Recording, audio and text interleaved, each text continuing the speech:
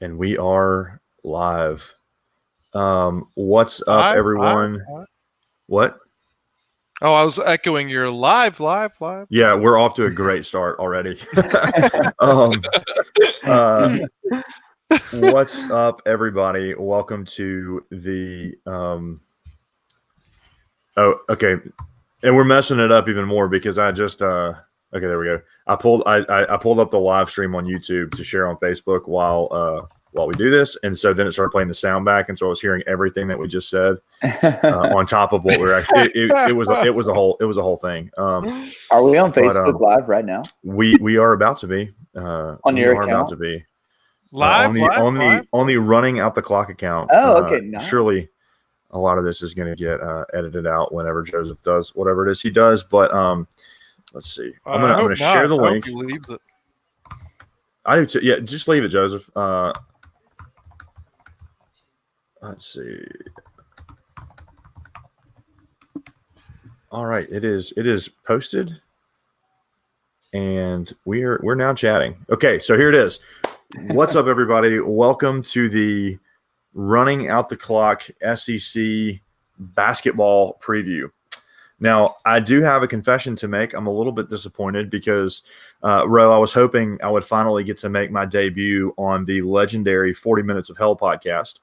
But Joseph said this is under the Running Out the Clock label. So we're doing this for ROTC. You've not been on that one? I haven't been.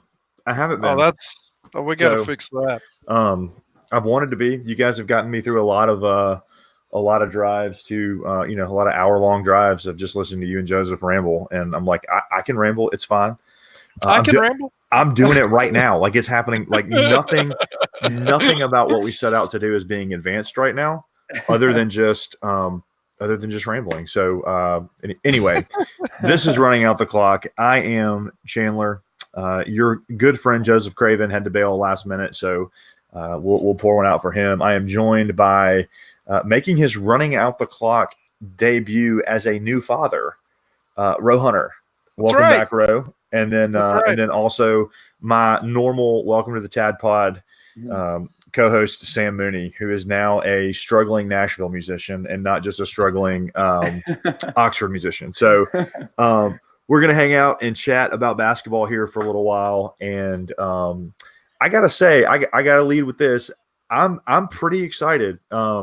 It has been a miserable time to be an Ole Miss fan between the clown show that is the chancellor search, between the committee today that got announced, the next clown show to appoint the athletics director, which, if we're following precedent, Archie Manning as the special advisor to the committee is already been decided to be the athletics director. So welcome to athletics director Archie Manning. And then just football. I mean, if I have to watch John Rice Plumlee try to throw one more pass this season, I am jumping off a bridge. So, and then also, Roe, and if Gray joins us, Roe and Gray, the Mississippi State fans, equally sick of Mississippi State football. So, we're all pumped for basketball, partially because we just love it, but also because everything else is miserable. So, how you guys feeling? How you guys feeling about the season? I'm excited. I'm truly I think it's going to be a good one. I kind of like from top to bottom. There's always that disparity, I guess, in SEC basketball. But this year it looks everybody's going to be pretty competitive. So, which is good. That's good for the whole league. It's good for everybody to not have a Kentucky just go 27-0 or whatever it is. Mm-hmm. So I'm excited.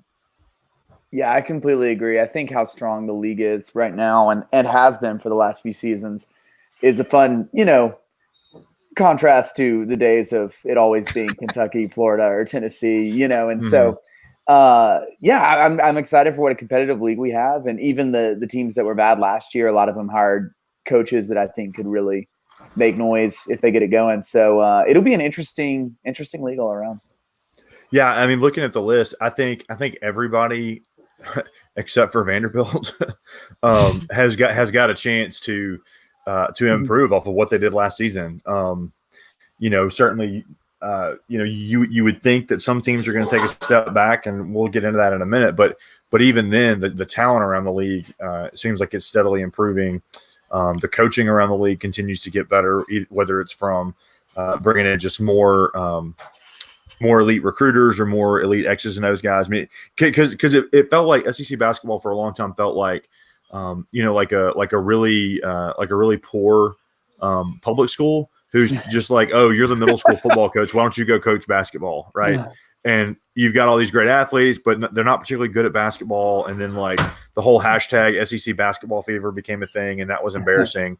But if you look at it now, and my hot take of the season is that I could see the SEC. I guess this isn't a hot take. I'm hedging the bet even as I say it, but I could see the SEC getting 9 or 10 teams in, depending on how it shakes out, because like there's just not, like, again, outside of Vanderbilt, I don't think there's a bad league loss that anybody can get. Now obviously things can change. It is the prediction standpoint, but yeah, it's going to be wild. It's as deep. It's as deep as it's been for in a long, long time. So what we want to do tonight is kind of just preview the season, talk about what's coming up, what we're looking forward to, and just what to expect and all those kinds of things. So start off by looking at the SEC Media Days were 2 weeks ago. That's where everybody kind of picked the first team All SEC, second team All SEC, and then kind of ranked predicted order of finish, those kinds of things. So I'm going to start with the first team All SEC selection. I think there's a couple of interesting things on this list, so let's go ahead and jump into it. So the first team All SEC is Kerry Blackshear, the Virginia Tech transfer, now plays for Florida. Anthony Edwards at Georgia, Ashton Hagans at Kentucky, Breon Tyree, who is the league's returning scorer for Ole Miss, and then Reggie Perry at Mississippi State. And I only include those details about Blackshear and Tyree because I don't know any of the details about any of the other guys. I know who they are, but I don't know a ton about them, like what their accomplishments are. So what does anything jump out? Ro, we'll start with you. Does anything jump out to you about that list? I mean, obviously the two Ole Miss players that are on it, so that tells me that Ole Miss is gonna be pretty effing good. There was only one Ole Miss player. One, I'm sorry. I was saying our two Mississippi schools. Two Mississippi players, yeah. Yeah. I mean, like both the teams are going to be very competitive. Like I know Reggie Perry had an outstanding summer camp, I guess, as they say, like playing for the Olympic team, Team USA or whatever, was the MVP for the whole league. So he's assuming that translates into college basketball. He's going to be taking a big step this year. But I mean, you look at the other players too, like it's finally a lot of diversity. There's only one Kentucky player on it. So yeah, it doesn't feel like that long ago where the SEC first team was just rolling out just the Kentucky starting five. There you go. All SEC. Here they are.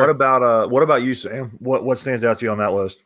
Yeah, well, I agree. Also, great to see two Mississippi schools with players represented there on that list. One thing that'll be interesting to see, I have no doubt that Breon Tyree is that good in terms of value, and also he's one of the top returning scorers.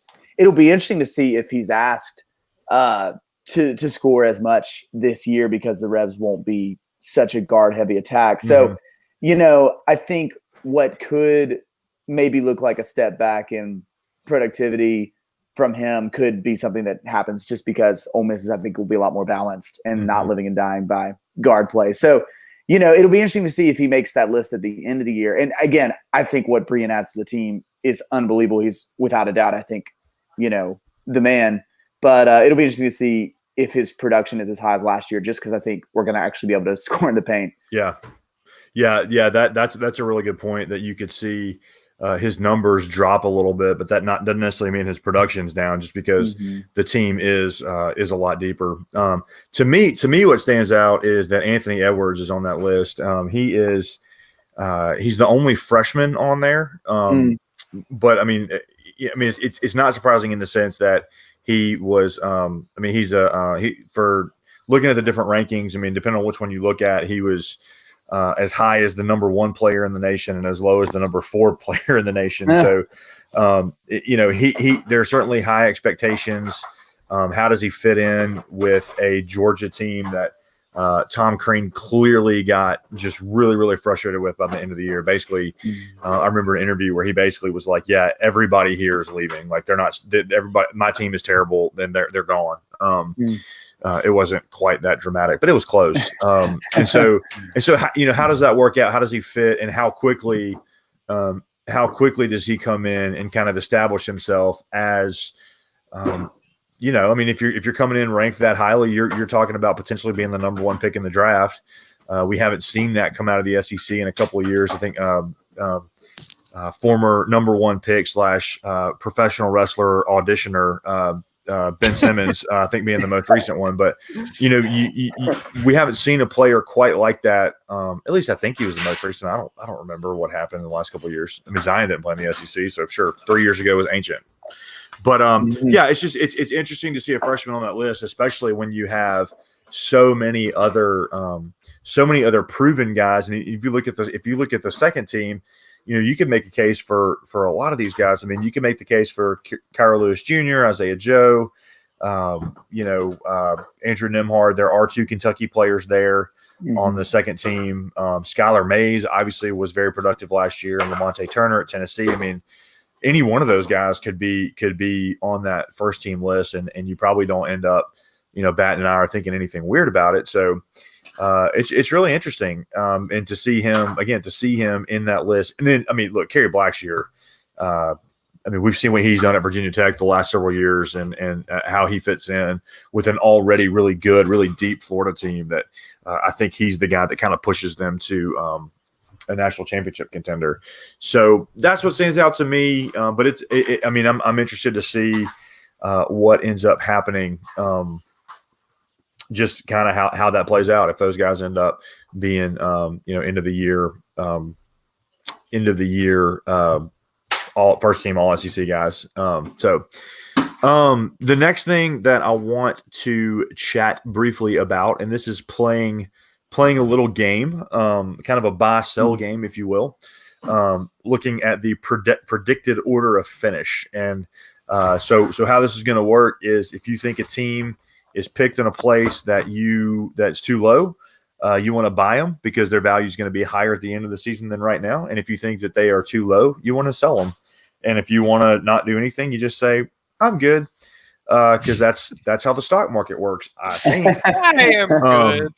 I don't know. I don't actually know how the stock market works outside of the stock market game we played in high school. So I am a functioning adult. So reading through the predicted order of finish right off the bat, Kentucky's picked to win the league. Florida's number 2, LSU's number 3, Auburn 4, Tennessee 5, Alabama 6, Mississippi State 7, Ole Miss 8, Georgia 9, South Carolina 10, Arkansas 11, Texas A&M 12, Missouri 13, and Vanderbilt 14. So, you know what? Before we do that, let's talk about new coaches. We'll come back to that, because I think the coach conversation plays into kind of what we think about the predicted finishes. So on that list, Vanderbilt has a new coach with Jerry Stackhouse, which was maybe the most interesting hire of the offseason.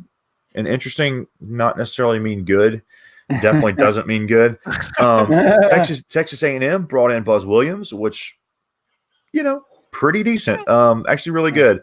Arkansas, Eric Musselman, also really good. And then you had Alabama bringing in Nate Oates from, I think it was Buffalo. So 4 new coaches. Sam, we'll go in reverse order. We'll start with you. Rank those 4 coaches in your opinion of best hire to worst hire. Gosh, that's a great question. To be completely honest, I don't know a lot about the Bama hire or the what was the other one you said? Arkansas? Yeah. But I think I'm with you. I think the Buzz Williams hire seems to be the best of the group. I mean, he's had a pretty good bit of sustained success. And, A&M, with the resources they have, you kind of feel like if with these Texas programs, there's enough happening there and enough kind of at their disposal that they could be really good really quickly if they get the right guys in there. So I don't know how high I think A&M finishes this year, but I think that move bodes well for them in the next 2 to 3. Yeah, and that's a great point. Texas A&M really, in either football or basketball, doesn't have any excuse to not be an elite program, especially when you think about what kind of places like Dallas and Houston and some of these big cities are for basketball talent, but they never seem to be elite. Yeah, I don't know. Like even with that $75 billion that Jimbo's making, they're still not very good. I don't know. I don't know what it is. It's almost like Jimbo is not that good, but this is a basketball podcast. Yeah, I think the Buzz Williams hire was a great one. Ro, what about you? When you look at those 4 coaches, how would you rank it?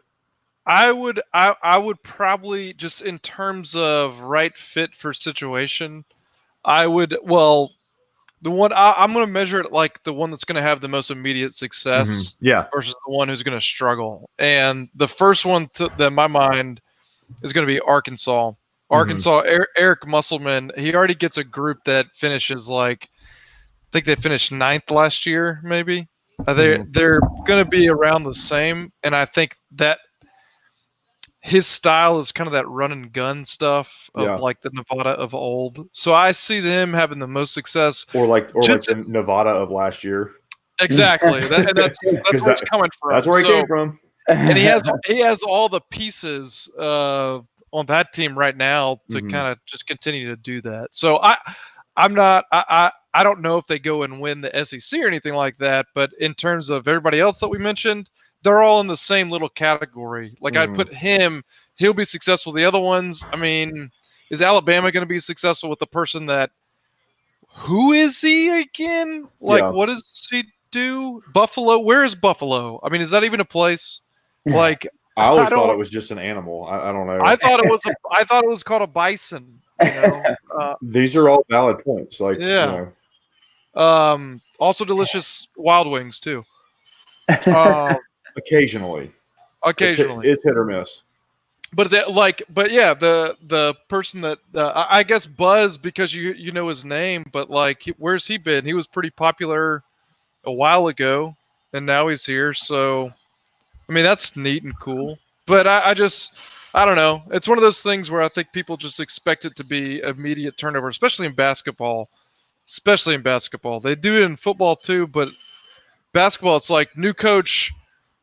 They're either going to wipe away everything that's already been built, or they're going to just take what you got and make better, I guess. I don't know. Yeah. That was my thought about it. Yeah, I mean, I think the big jump in year one of a new coach, especially in basketball, is such kind of a normal, like, common thing to have happen. And I mean, I think you don't have to look any further than Ole Miss last season, and so. Sure. That's why I am inclined to say that of those 4 hires, Buzz Williams is the best, because Buzz Williams has the longest career of success at multiple places. He won big at Marquette, he won big at Virginia Tech, and so he'll be able to come in and make a pretty big jump in year one. I don't know how big of a jump. I think they'll be better. It's hard to say how much. I would put Eric Musselman at second, because he did a really good job at Nevada and sustained that for a long time, and I think that his name was even kind of considered 2 years ago when Ole Miss was looking, because of the way that he can go. He'll be able to recruit better at Arkansas, but even if he doesn't end up getting a lot of really top level recruits, he'll still end up because he's always been really successful with junior college players, with transfers, with those kinds of things, and there will be no shortage of that at an SEC school. So you got to be able to keep that going. I may come back to eat these words. I don't like the Nate Oates hire. Buffalo was good, but what do you like? I don't think anybody's good at Alabama, because I don't think Alabama cares. Alabama's whole mindset is like, hey, look, come in, don't absolutely embarrass us, and don't do anything recruiting wise that would get the NCAA on our campus. That's about it. Like, and that's it. Like, that's it. And so, like, I don't know. I don't think Avery Johnson was a bad coach. He's got an NBA championship ring. Like, I know the NBA is as much about talent as it is about coaching, maybe more so than in college basketball. But I don't love that hire. And I kind of feel like Alabama's going to end up being in a similar spot in 3 years that they were in this last year. But who knows? And then I don't know what Jerry Stackhouse. I don't know what they're thinking with that. Like maybe they looked at Memphis and saw well Memphis hired a former NBA player. Let's do the same thing. Except that Memphis's former NBA player has a shoe named after him in one of the most iconic Nike commercials ever with Lil Penny. And one of the most talented basketball players ever. Right, as well. right. And honestly, if you put a gun to my head right now and said, name the NBA team Jerry Stackhouse is most known for playing for, you could just go ahead and shoot me because I wouldn't have any idea. I wouldn't have a clue.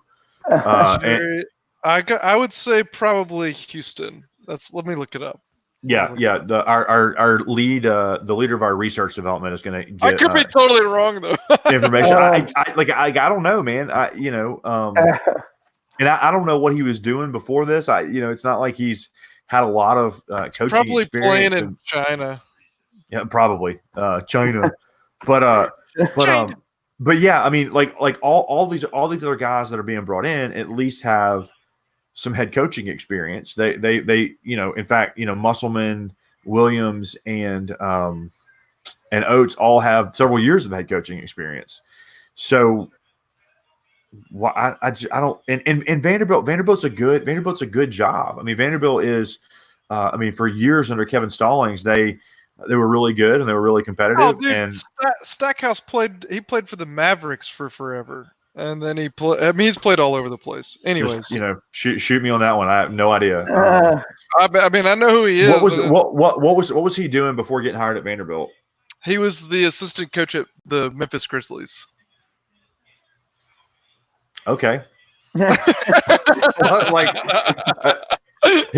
was an assistant coach at like a bad franchise.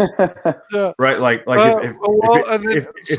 If any of you grit grinders are out there, I'm sorry, outside of okay, I'll tell you. All right. So he did he took 2 years off of the NBA as a player. He retired with the Brooklyn Nets and then started as an assistant coach for the Raptors. And then was the head coach from 2016 to 2018 of the Raptors 905, which is their G League team. And then he's been with Memphis and now Vandy. Interesting coaching tree there.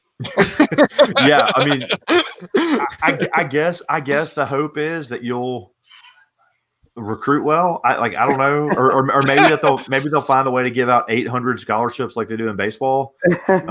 Is he from? There did he where is he from? You've got the Wikipedia page up. Yeah, well no, he's from North Carolina. Right. And he played at UNC, so well it's not like having that Nashville tie is like Penny having that Memphis tie, right? Like because Memphis is a very Memphis city. Like Memphis is very much like city pride, whatever. Nashville is increasingly becoming it's increasingly becoming like in New York where everybody just moves to Nashville because they just want to think about how cool Nashville is. Like, oh, this is great. Like, and Sam, I'm definitely throwing shade at you right now. I'm just kidding. Sam, you're the unique one here. But yeah, I just you're the special one.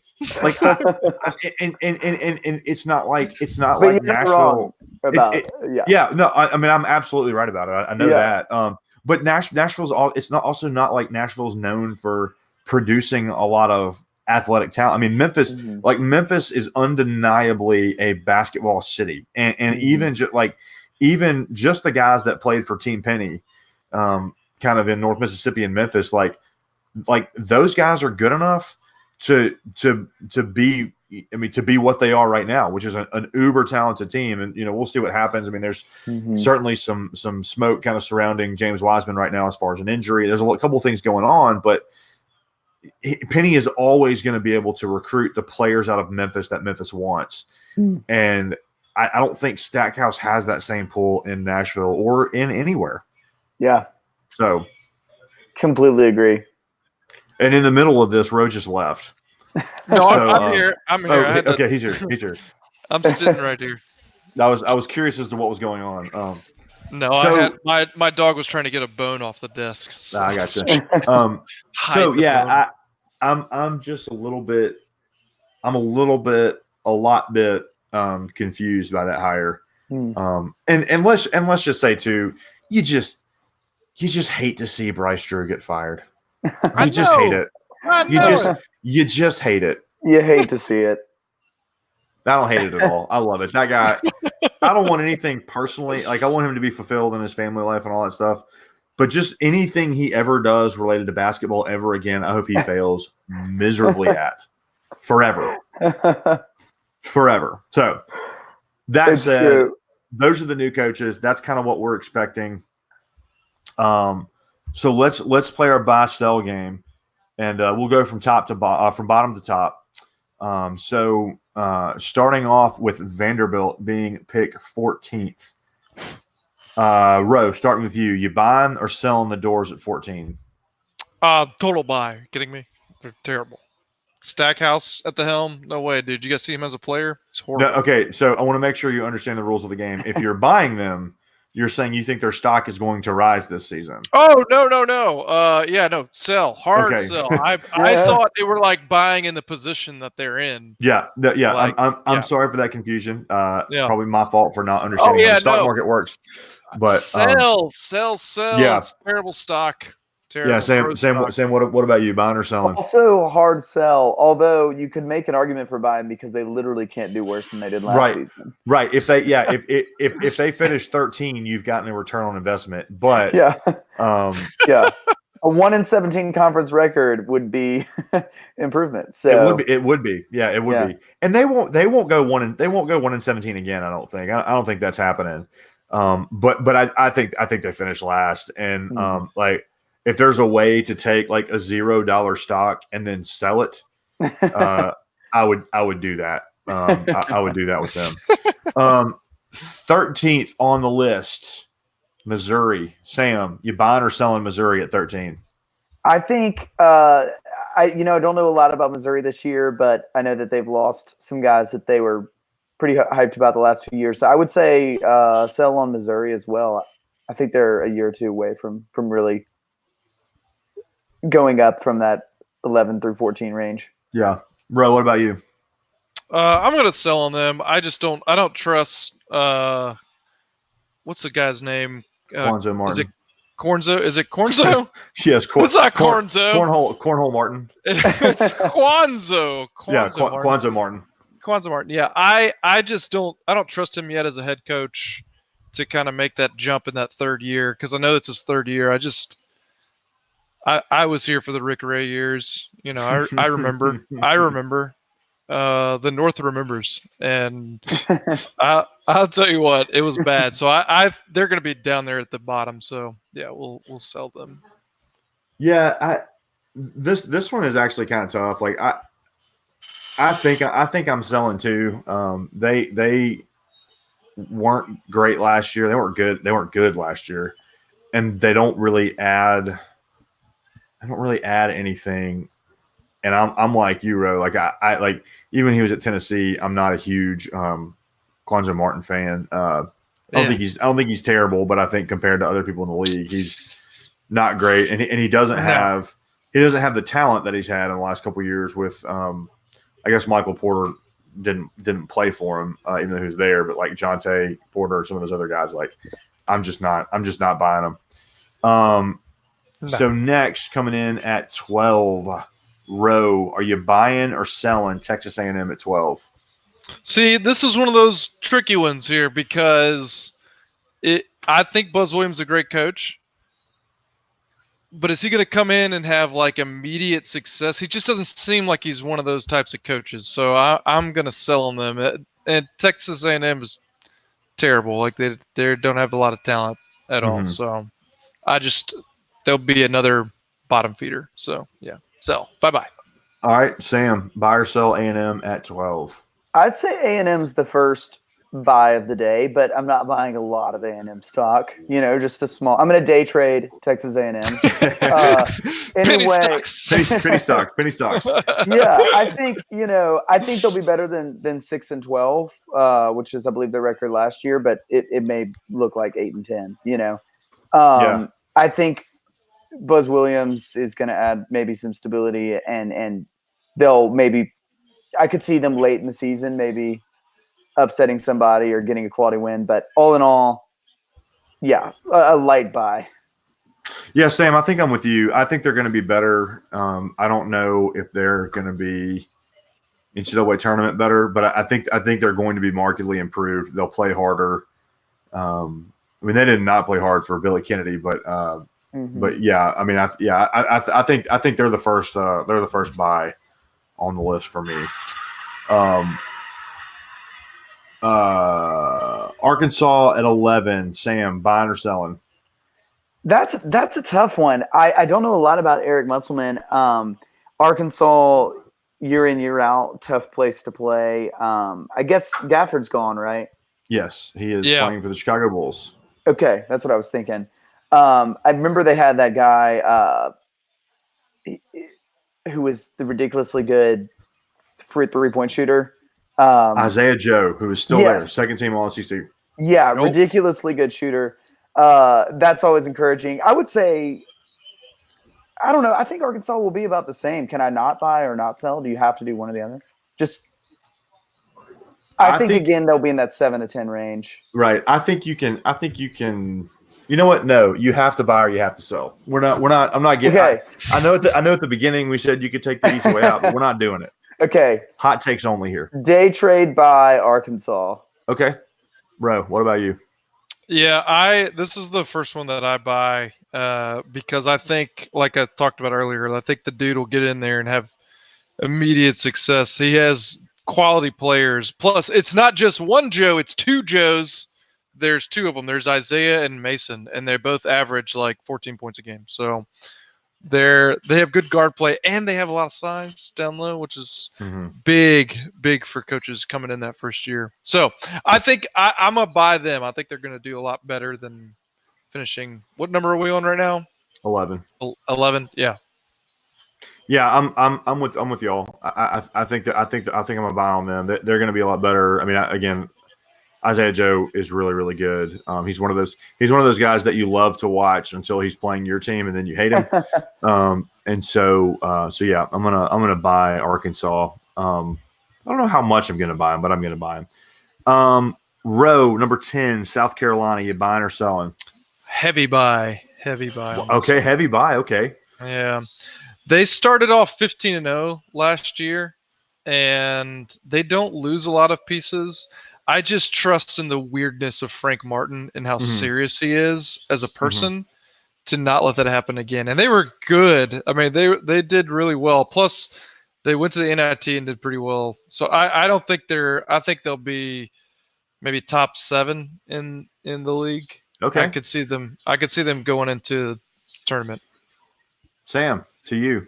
South Carolina's an interesting one for me because it's one of those situations where I would also buy, but I would if they don't make the tourney, it'll be really interesting to see what the conversation's like around Frank Martin, because have they made the tourney since their Final Four run? I don't think they have. They didn't make it. They didn't make it last year, and they were in the tournament too. Yeah, so no. Yeah. So I mean, obviously that run was incredible, but I would be interested to see, what the conversation's like if they don't make it this year. That being said, they trended up majorly towards the end of last year, and like I said, played well in the NIT, did really well in conference play. I think they finished higher than 10? Yeah. I think. 10. Yeah, we're on 10. Yeah. I think they're higher than that. Like maybe 8 or 9.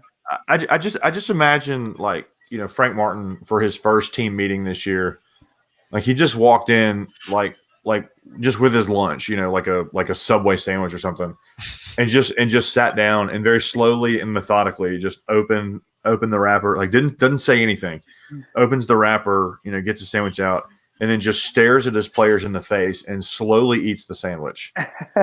I don't disagree with you. And they have to sit there and watch it until it's done. And he didn't have to say anything. He just was like, if we don't win, I'm gonna kill all of you.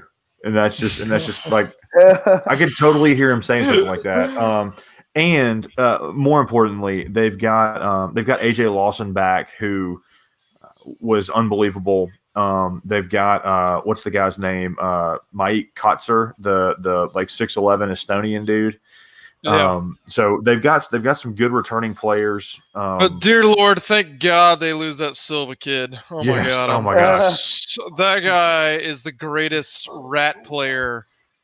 He's a good player, but he's like an even better player when he plays your team. It's like, what? Yeah. Why can't we stop this person? He single-handedly destroyed Ole Miss last year. It was one of those games where you go into it and you're like, okay, if we can win this game, we're pretty much going to lock down a top 4 seed in the SEC tournament. And he was just like, no, I'm going to get 1 million rebounds. And so I'm going to buy South Carolina at 10. I think they're going to be a little bit better. I don't know what their ceiling is, because I don't know. There's a lot of other guys on that roster that you don't recognize. I mean, Lawson and Kotz are a good foundation, but I don't know how deep they are. But I think they're better than 10, because they were top 4 last year. So go figure. All right, moving on. Let's see. We'll just go Sam this time. Sam, Georgia at 9. You buying or selling? I think that literally all comes down to how well Anthony Edwards does. If he's the immediate impact, freshman that I'm sure Georgia fans hope he is right now, I could see them being solid and maybe inching toward the bubble conversation. But, sometimes it takes guys to adjust. I think in basketball, sometimes freshmen can definitely have a lot more immediate impact. But you're still asking your newcomer to essentially be the centerpiece of the team. Yeah. And I'm not convinced there's enough talent around him there for them to be a buy for me. So I'm going to say sell. All right, Ro, your turn. Yeah, I'm also going sell. This kid reminds me of a one Malik Newman. I don't know if you remember him, but greatest high school player of all time who royally sucked at Mississippi State. But he didn't suck. He just was whatever, not great. It's almost like the coach didn't know what to do with him. Blah, blah. God. What a way. He ended up in Kansas, and now he's like in the G League, I think, maybe playing for the Heat or something. I don't know. Yeah. Dang. Anyways, he it's just the hype that a kid like this will be thrown into immediate success with the Tom Crean machine at Georgia, and I'm selling. I don't see it. I've never liked Tom Crean as a coach at all. Yeah, I'm totally with you on Tom Crean. Even at Indiana, I have not. I didn't really like him a lot. I mean, he had some talent and never really seemed to kind of get just do anything that was like, like awe-inspiring or anything. I think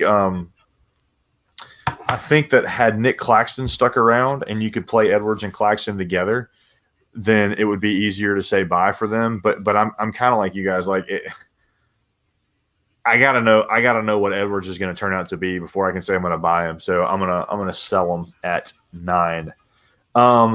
He ain't Zion. He ain't Zion. I'm just saying. I mean, we don't know if he is or not, and that's where that's where like that's where the issue is. I mean, so Ro, coming in at number 8, are you buying or selling the Ole Miss Rebels?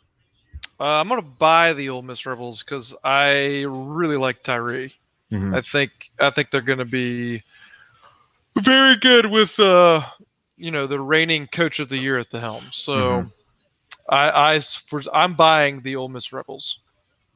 Sam, buying or selling the Rebs? My red and blue glasses might be playing into this decision, but hard buy. Now Hard I'm not saying, top 4 in the league or anything necessarily. I think there's a ceiling in that area of 6-4. But I would say this: I believe that Kermit Davis as a coach has pretty consistently done more with what he has than most people could do, and I think getting a Dominic Olejniczak anchored starting 5 to a NCAA tournament is nothing short of a miracle. So, give that guy a couple of capable bigs and 2 of the same 3 guards, and I think they're better than 8th. I'll say that much. It'll be interesting, but I'm buying the Ole Miss Rebels in 2019. I am also a hard buy on the Rebels, and I think we need to figure out what these bigs are, but I think they're a top 4 finish. Like, I don't think they're a top 2 finish. I think Kentucky and Florida are pretty set there, but I mean, if you look at the other teams that were picked ahead of them, based on what they've lost, what they've brought in, based on coaching, things like that, I think Ole Miss has improved more than any other team outside of Kentucky or Florida in the league. So that's what's going to be fascinating to watch. There are some questions to be answered, like how soon and what kind of shape is Blake Hinson in when he gets back. What is an MC? What is Sammy Hunter? But you've also got such good guards. I mean, there have been national writers saying that there's not a better guard combo in the country than Schuler and Tyree. And I think you can with a couple of guys that can go out and get you 20 or 30 points a night, pretty much. You just say, hey, Bree, we need 25 tonight. He goes and gets it for you. You can cover up a lot of that development that's got to happen with those young guys. So and then also Sam, something you alluded to earlier, there's going to be more depth that you're not going to see Brian or Devontae wear down like they did last season, because when you look at the guys that will come in and take their spot, it's going to be Austin Crowley and Bryce Williams and not, God bless his soul, DC Davis. Guy played hard, gave a lot of effort. We love him. Love him to death. Give me Crowley and Williams any day of the week. So I'm a hard buy on Ole Miss at 8. So Ro, you led off on Ole Miss. So Sam, you lead off on Mississippi State. You buying or selling them at 7? Fair enough. So if the rules of the game were still that you could take it and leave it exactly where it is, yeah. I would do that. I think State's interesting. I think I think Perry is really solid and going to be a force to be reckoned with, and in a hard kind of matchup for any team. Weatherspoon, one of the Weatherspoons, is still there. Maybe. There will always be a Weatherspoon at Mississippi State, I feel like. There will always. We already got the third one too. No ways. When does he show up? He's apparently showing up next year. Wow. Allegedly. All right. So there you go. So there's talent there. I feel like Mississippi State will have a very strong and competitive starting 5. Don't know if I see the depth there as much. So I could see them wearing down at the end of the year, maybe a little bit. 7 seems about right, but if I have to pick, I would say slight sell. Okay. But I think Reggie Perry will have a big year. Yeah. So Ro, to you. That's a hard buy. Come on. My maroon colored glasses are definitely coming on. And the reason why I say a hard buy is because, yes, we lose Quindary, who's our most solid player, and then we also lose Lamar Peters, who's the opposite of a solid player. You're better without Peters. 100% better without Peters. I love Lamar Peters so much. I was his biggest fan because he was always shaking and baking all the time. But my God, he was a bonehead. He just throwing the ball to no one. That happened at least twice a game. It was like he's a turnover machine. So those guys are gone. Plus, Arik is gone too. Arik was supposed to be like this amazing, whatever. I think he played the 4. He's supposed to be this amazing touch shooter. He never developed into that. In fact, he lost his playing time to Reggie Perry midway through last year. So yeah, The question remains is yes, Perry is what he did in the. I mean, he's like a preseason All-American. He's going to be a huge asset to the team. Yeah. Oh yeah. He has to have a big year. I just don't foresee him not having a big year. Usually, I just looked it up a minute ago. All those MVP guys from the U19 teams typically go on to have amazing, college careers as well as NBA careers. So he's going to be very, very good. But it's all the other supporting pieces, and I think with like people like Robert Woodard, and Keyshawn Fazile, I really like both of them anchoring down low. Plus, we get Abdullah Adu again. We actually have a good core nucleus of players that they're going to be better than, I would say, what are we at? I would put them in all maroon glasses off. All honesty, I would put Mississippi State probably around 6. Mhm. That's where I would rank them. I wouldn't say that they're top 3 or anything like that. I think 6, mostly because we have Nick Weatherspoon out for half of the year because of tutoring issues, allegedly. So, excuse me, Ro, that's a violation of team rules. Yeah, there you go. The suspension has been yet unspecified. So, I know. Yeah, I wish it was something for. I wish it was like when they say violation of team rules. Like you always think it's like, I don't know, doing like some weird drugs or something that sounds like, oh wow, he's kind of a cool guy. But no, what is this violation of team rules? He got illegal tutoring or something. Yeah, he's the one that I think tipped the whole thing off because at least he was. The tutor took a test during a game. Yeah. For him. During a game. It was, and apparently they were like dating or something too. So I think I'm a slight buy on State, Ro. I'm like you. I can see them finishing a spot or two higher. I love Reggie Perry. He's awesome. I love his game. I love his build. He's got the look of a dude that's out there that you're like, yeah. I mean that's a pro basketball player. You want the most equivalent to him ever? Yes. The guy that played the Knicks for the longest time. Not helpful. Not helpful. Oh gosh, no, mind drawing a blank. I could see his face. He was in Trainwreck. Oh, this is embarrassing. Now I got to look him up. Hang on. Amari Stoudemire. Okay. Oh yeah. He looks same frame, same build, same position, same style of play. They're one and the same. And Amari was huge in college. I'm sure this kid will be the Phoenix Suns mid-2000s golden days. Yes, the golden days before all the injuries. Yeah. Yeah, so I mean I Perry's great. You're better without Peters. No. In fact, I remember I went to the Ole Miss State game in Starkville last year, and State had been up kind of big. Ole Miss closes the gap. There's about 10 minutes left, and I leaned over to my friend that I was at the game with, and I told him, I said, Lamar Peters is fixing to try to win this game on his own. I said it might work, but he's fixing to do it, and he did, and Ole Miss came back and won. And that was a great game, though. We saw each other after that game. That was an awesome game. Yeah, we ate Bulldog Burger or whatever that place is called. Yeah, that's right. Yeah, and it was great. I enjoyed that meeting on enemy territory, but but yeah, I mean, so you're better without Peters.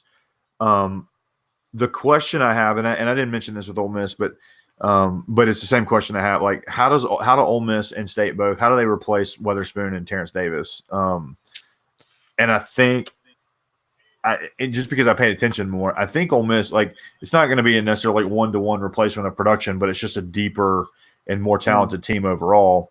And I don't know enough about State. And then just something without Weatherspoon early on. What? Do they stumble in a game or two that comes back to bite them later? But again, I would say a slight buy for them. So, number 6, Row, Alabama. That's I'm selling. Buy Nate, whatever you are, Buffalo Nate. Buffalo I don't. Nate. I don't see them. I know I think this is just one of those things because it's Alabama. I think it's a nod to whatever they did last year. You said it spot on. Those people in Alabama, they don't care. They care less. So I could see Alabama with this brand new coach from New York because I don't know. There's this other school about 90 miles to their west that got another northern coach in a different sport. It's not really working out so well. I was wondering when the Moorhead hate was going to pop up. It's not really going well. Maybe it's because he can't communicate or they don't understand. Maybe he talks too fast for him. I don't know, man. It's just not a good trend. It's not a good trend. So Alabama, hard sell. They could be finishing the last 3 for all I care. Okay, Sam? I am going to skip talking about Alabama and talk about how funny it was that Joe Moorhead had the guys doing the Oklahoma drill 15 minutes before kickoff. That's some Coach O at Ole Miss crap right there. Literally, I was like, that is 07 Ole Miss energy. That is 07 Ole Miss energy all the way. It's almost as bad as Kroom dressing up like one of the players and like sneaking. Like that happened when I was at school. He put the medical shirt on himself and padded up and everything. I remember and that. Just like lingered around practice, just going like, tough day out here, huh, gang? Trying to act young or something. He did the whole practice and then he finally revealed himself at the end. I am your leader, boys. Respect me. Respect yourselves. It reminded me of the Steve Buscemi meme where it's like, how do you do, fellow young people? Literally what I was thinking of. Yes, exactly. Yeah. Exactly. So, anyways. The topic at hand, Sam. You buying or selling Alabama? I think I think it's a slight sell as well for me. I just don't know. I mean, Bama's done, I guess, pretty well at times. They had the tourney run, or I guess not a run, but they went to the tourney and SEC tournament run a couple years ago. But I'm with you. I would say maybe slight sell on Bama. I think they'll finish maybe 8th. I think 5 or 6 or whatever they are right now is high. Yeah, I'm a hard sell on Alabama. I think after Javon Kennerly, I'm not sure how you say his last name, but the player from Villanova who transferred, that they were expecting him to be a key part of the team this season. His waiver appeal was denied because he was like formerly like a top 10 recruit in the country or something at guard. They were expecting him to be a big part of the team, and he isn't going to play this year. And so I don't think that. Really? Oh, wow. And I mean, Kyra Lewis is good. John Petty's too inconsistent for me to really think, because he'll come out and score 30 one night and then go like 0 for 30 the next night. In that regard, it has some Marshall Henderson in him. So yeah, I'm gonna hard sell Alabama. I think they could finish significantly worse than 6. So we'll see. All right, Ro, buying or selling Tennessee at 5? I'm going to sell that one. I mean, I know what they did last year is great, but they lose like the Admiral Schofield and other guy connection. I just remember Admiral's name. I just like Grant Williams is the other guy. Grant Williams, yeah, and Jordan Bone. And Jordan Bone too. They have so much to replace, and I'm sure they have some pretty good athletes. Yada yada yada. But 5 seems high. That just seems high. So sell. All right, Sam. I also think Tennessee regresses slightly, but not as much as maybe people think. Obviously, ridiculous amount of loss there with Schofield and Jordan Bone and Grant Williams. You know, they were a dangerous trio last year. But I think Rick Barnes is a really good coach. I think, obviously, you know, Tennessee year in, year out, it's one of the hardest places to play in the league. And I think they'll piece together something pretty good. I think they have a couple of senior guards this year. So I would say, again, slight sell, but I think they're still going to win a lot of games. Yeah, I think, Ro, going back to what you said about, you know, like saying State is picked 7th, might end up 6th. I'm selling Tennessee on you could probably swap State and Tennessee in the 5-7 slot, and that'd be pretty accurate. Yeah.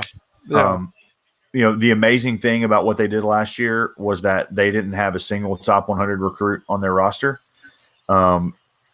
which is pretty. Yeah, it makes their season last year just phenomenally impressive. But they lose 3 really talented, really experienced guys. They're bringing in a good recruiting class, but I think from the experience standpoint and just how tough the SEC is going to be, especially if you're trying to run through it with freshmen at such key positions like that, they're going to fall a little bit. But I mean, they're going to still be really good, still be a tournament team. All that stuff is still going to be, I think, pretty true about them. They'll just take a slight step back. Number 4 row, we have the Auburn Tiger War Eagle Plainsman. I don't want to say bye, but I kind of have to because I feel like that's where they're going to finish. Why does Bruce Pearl exist? Why is he a thing? He's been investigated by the FBI, and Auburn somehow is just like, yeah, whatever, it's fine. He's convicted. This dude is corrupt. He's not a good person. He's corrupt. And he's coaching these young boys. It doesn't make any sense to me why Auburn is good at basketball. So for that reason I sell. But he they're he also looks the most like a mafia member of any. And he is. He is. He and Calipari both are from the same crime syndicate. Highly likely. Yeah, I don't think they make the Final Four again, but I think Auburn's still going to piece together a really, really good team. I think they have a bunch of seniors, and I know they lost a couple of really good guys too. But I think, yeah, I mean, like you said, it's frustrating, but they just keep winning. So that sounds spot on. I would say I'd buy Auburn. I'm going to sell them slightly. Okiki's a huge loss. That 5'2" guard who had range like 3/4 of the court is gone. I forgot his name. I'm like you. I hate to admit it. I think Bruce Pearl's a pretty good coach, and he's got some talent coming in. But again, I think that the lack of experience, especially at guard, could be a lot of teams kind of Achilles heel this season. So they take a step back, not a huge step back, but I think they take a step back. So moving on then, Sam, and the most appropriate team for our buy and sell game would be LSU because they buy players. Everybody buys players, but LSU just does it. They literally do it out in the open. Who even cares? There's no consequences. LSU's like, hey, Children's Hospital, you needed $1 million to help cure children's cancer? No, we need an offensive guard and some basketball players. So, who cares about your kids? Yeah.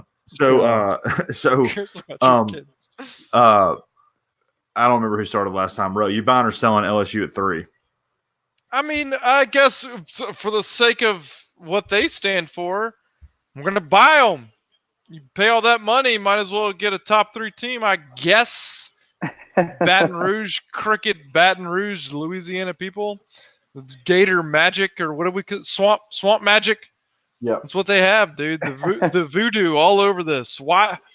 Man, how is that still a thing? Like 7 months ago, we were all saying, oh man, LSU, they're so screwed. Oh man, they're going to lose their athletic programs. They clear embezzlement. Here's this court case. NCAA's like, nah, who cares about the law? So yeah, why not? If you're allowed to do whatever you want to, might as well buy all the wins too. So top 3 teams, sure, we'll buy hard, finish first. Go ahead, LSU. All right, Sam, to you. Yeah, how this seems to be like just quick flash in the pan, and now everybody's back, and Will Wade still has a job. Is beyond me.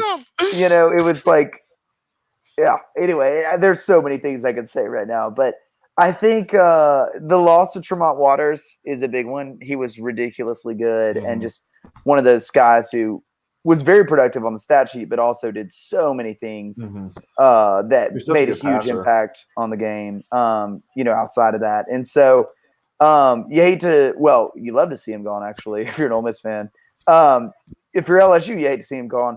But they're still ridiculously big and athletic. I remember I was able to be at a lot of Ole Miss games last year, and by far that LSU, their bigs were some of the most athletic. I mean, huge guys, but also just ridiculously athletic and good around the rim. And we were completely overmatched. Don't think we'd be as overmatched this year, but it was comical how bad we were overmatched in the paint last year with those guys. So I think LSU kind of just has too much firepower in that sense to not find a way to win a lot of games right now. Yeah. I'm gonna soft sell LSU just because, again, like I think three is a little too high. 3's a couple spots too high. They lost Bigsby Williams. They lost Naz Reid. They lost Tremont Waters. They add Trenton Watford, who is going to be I think a huge addition for them. Obviously, Skylar Mays comes back. They're going to be good. And one of the things that they always say, like a part of the recipe to success is just commitment, right? It's just being committed to what you're doing. And again, this is a program that is more committed to winning basketball and football games than they are literally to curing cancer in children. That's who LSU is. At least we know what they're about. But it's going to take some development in those players. Which the money is going to developing the players and not cures for childhood cancer. Just that's the joke. That's it. That's all there is to it.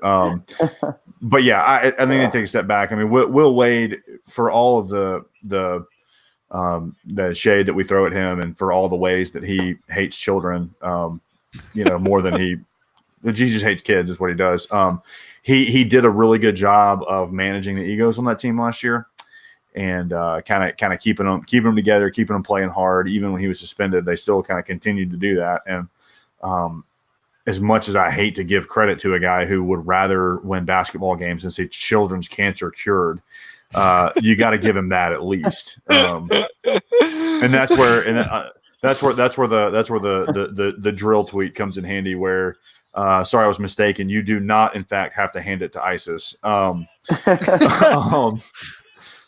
there's a drill tweet for everything. Slight sell. But again, I just hate LSU. A lot of reasons, but mostly because they would rather win sports games than cure children's cancer. And you can't say that enough. So, Sam, number 2, Florida, you buying or selling? I think I buy. I think Florida has all the pieces to be absurdly good this year. Mike White has done a heck of a job. I think Blackshear's gonna have a really, really great year with them, and I think he'll be really productive right off the bat. So, I mean, I don't think there's any way around it. I think Florida will be absolutely right there in contention to win the SEC this year. Buy for me. All right, Ro. Yeah, I definitely buy. They also get Kerry Blackshear this year as well, the grad transfer kid, and I like literally exactly what Sam just said. Well, I wasn't. I clearly wasn't. Verbatim. I clearly wasn't listening. No, I genuinely think that they're going to be possibly national contender this year. So, I see them as 1. I don't see them finishing second behind Kentucky. Yeah, I'm like you guys. I think it's a hard buy for Florida. I think that they're even if they're not as talented as they're not like exactly as talented as Kentucky is. They've got experience. They've got Kerry Blackshear, who has been a high level contributor for a long time, and so. Plus, you gotta love Mike White, though. I mean, absolutely, come on, right? I remember like the first one of the first Ole Miss football games I went to was Ole Miss LSU, like 98 or 99, I think, and we went into the Tad Pad, and Mike White was getting shots up, and he took time to just kind of hang out and talk to us for a little while. Yeah, he's awesome. Yeah. genuinely. I mean this. Like, I've met him a few times. Genuinely a nice guy. Like, Great dude. I have nothing but good things to say about him. Yeah, great dude. So I think Florida's going to win the league this year, and since they're pick 2, that's a buy.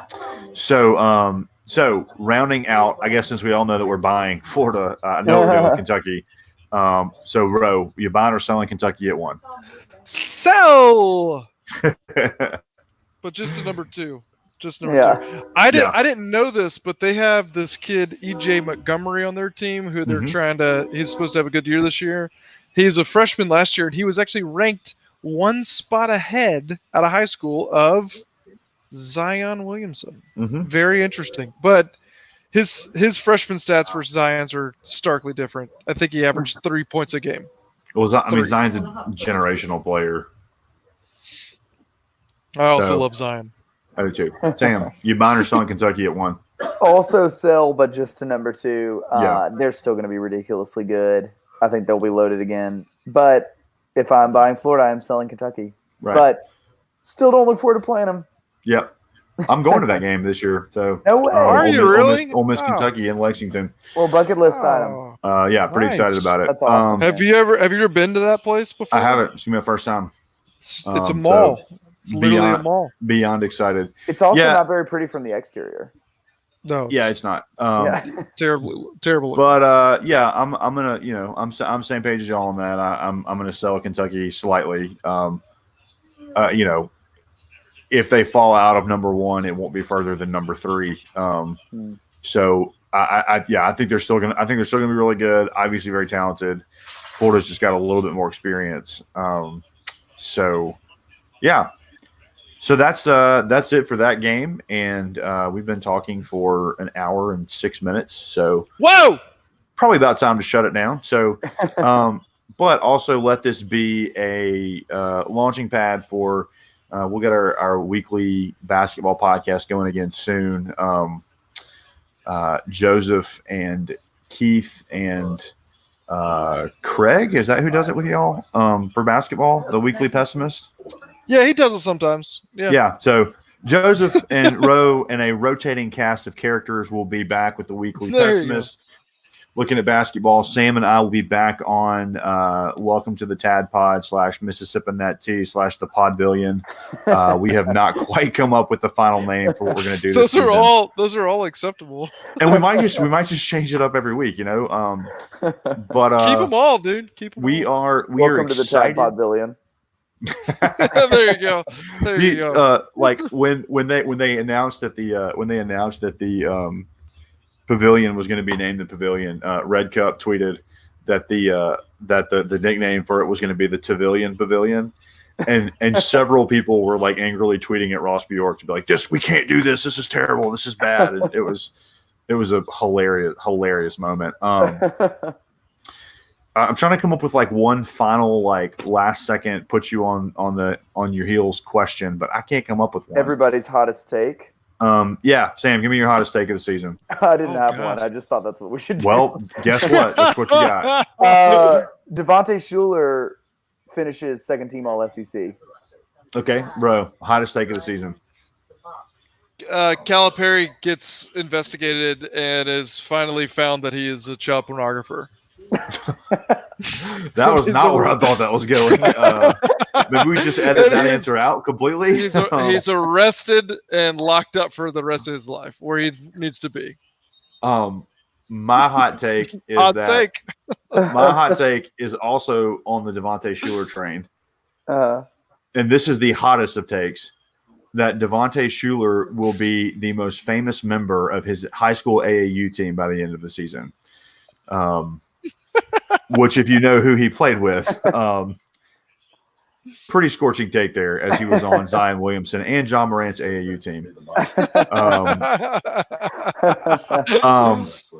So yeah, little bit of an expectation there. Anyway, thanks everybody for listening. Nobody joins us on the live stream. That's fine. It's a random Wednesday night. The World Series is on, so why would you watch this? Woo! I'm about to go watch that. But thanks for hanging out with us. We would love to hear any kind of basketball questions or conversations you'd like to have. You can follow us all various places on Twitter, social media, those kinds of things. And until the next time, signing off on behalf of Sam, Roe, your friend Joseph Craven, is me. And I don't like saying my own name, so I'm not going to. Have a great night. All right, homies. It's enjoyed it, storming fam. Yeah, terribly here. that was fun.